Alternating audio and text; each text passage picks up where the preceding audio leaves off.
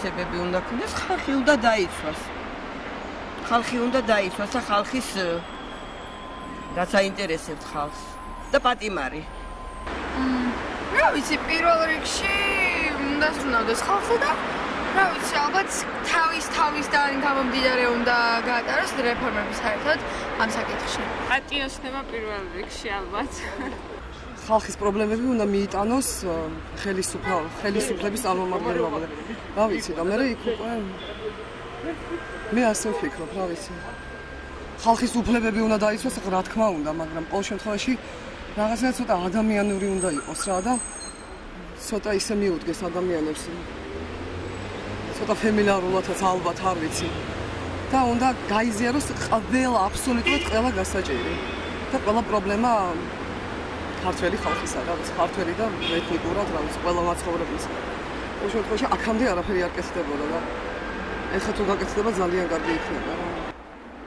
თვისებები უნდა ქონდეს, უნდა იყოს ძალიან სამართლიანი პირველ რიგში და პრინციპული. თუ ეს ორი არ ექნა, არ ამგონია გამოადგეს ქვეყანას და ხალხს. პირველ რიგში ალბათ უნდა იყოს გამგებიანი, ადამიანების მოყვარე და კიდე რა შეიძლება. მე ვერაფერს ვფიქრობ ახლა. უნდა იყოს პრინციპული და უნდა ქონდეს გარკვეული გამოცდილება ამ სფეროში უფლებების დაცვის საკითხებში. სოლიდარობის ნორმა უნდა ქონდეს უმაღლეს დონეზე, რაც ყველაზე მთავარია ჩემი აზრით. და უნდა შეეძლოს ხუზი პრობლემების მიღება ისე როგორც თვითონ თავისი პრობლემა შეიძლება ადამიანმა მიიღოს. რა თვისებები ობიექტური უნდა იყოს და ნამდვილად დამცველი უნდა იყოს პრინციპების და ადამიანების.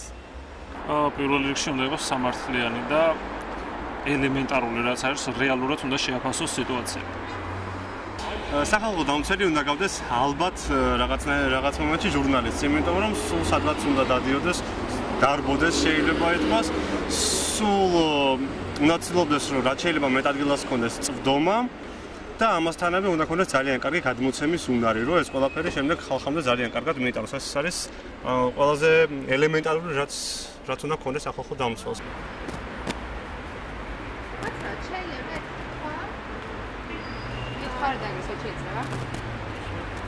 თქვენი აზრით სახალხო დამცველს რა თვისებები უნდა გააჩნდეს? კანონი უნდა იცოდეს წესიერად, როგორ ასე. და კანონი უნდა შეიცვალოს აუცილებლად. გონი სიტყვა გვეუბნება თვითონ სახალხო დამცველს, რა თქმა უნდა, პირველ რიგში თავისი ქვეყნის მოსახლეობის და ხალხის დაცვა.